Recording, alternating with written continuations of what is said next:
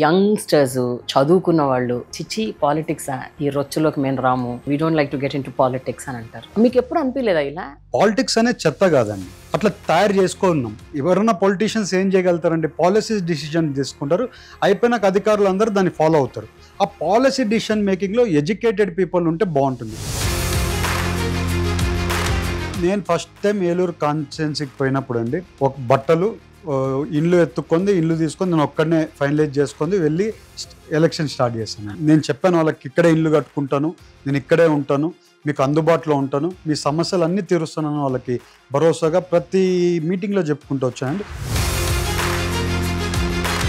Minister దగ్గరికి వెళ్ళి, sir ఇట్లా వందే భారత్ స్టాప్ ఓవర్ కావాలంటే ఎక్కడ పడితే అక్కడ వేయలేము. నేను ఒకటే మాట చెప్పాను, అవునా ఓకే అని ఇమ్మీడియట్గా సైన్ చేసి ఇచ్చారు. మాకు ఇవాళ వందే భారత్ స్టాప్ ఓవర్ మాకు ఏలూరులో అవుతుంది. అసలు మా మదర్కి టైం ఇవ్వను, మా ఫాదర్కి టైం ఇవ్వను, మా బ్రదర్కి టైం ఇవ్వను.